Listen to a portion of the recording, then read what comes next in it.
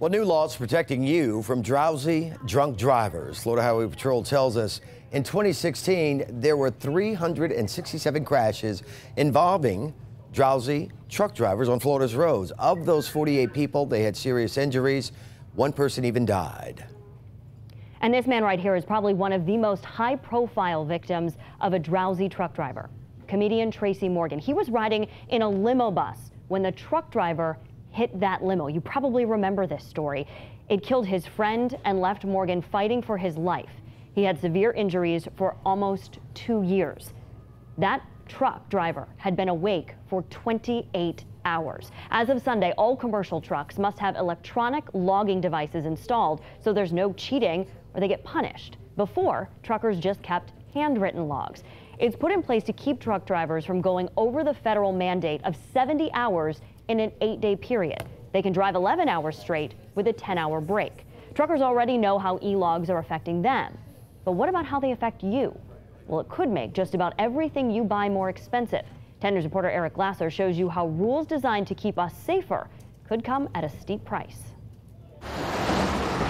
If you notice things getting more expensive in the near future, you can thank this. It's called an e-log, or electronic logging device. Truckers now have to use them to ensure they don't drive more than 11 hours a day. I think that we are going to see higher prices simply because of this. UT business professor James Lee says e-logs are designed to keep all of us safer by making sure that the person driving that semi next to you is awake and alert. But hang on to your wallet. There's already a shortage of qualified truck drivers, and strictly enforcing their hours is driving rates higher. 28% higher last year, another 12% projected this year. Someone's going to pay it, and the companies aren't going to take less in profit, so they're going to pass it on down the line to the consumer.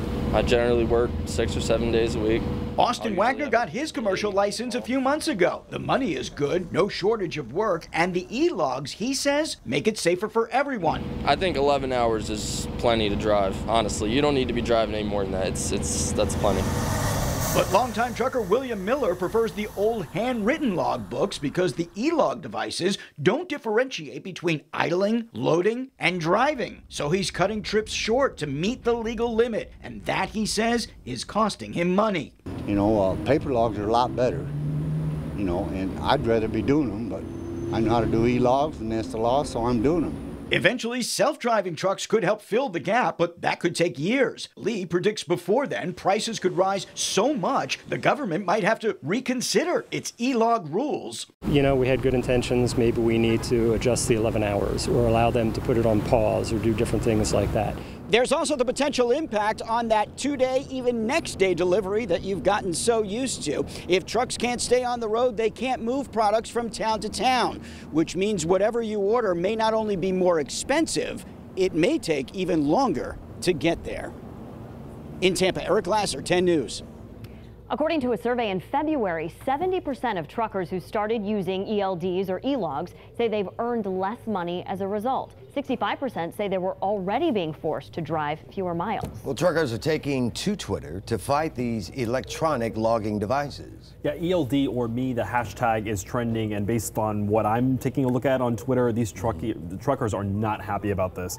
Carolyn said the ELD mandate does not prevent fatigue or sleepiness. It promotes it and is the cause of many, many accidents and fatalities on our American highways. Sandra added, I don't go into a bakery and tell them how to bake a cake. You shouldn't tell me how to run my business that you know nothing about either.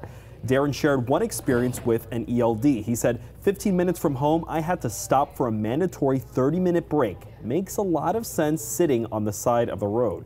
George is taking this personally. He said, I'm a trucker. I'm silent as I roll the highways. But today I'm sad my government has turned me into an outlaw for driving my truck safe. Boy, what a day.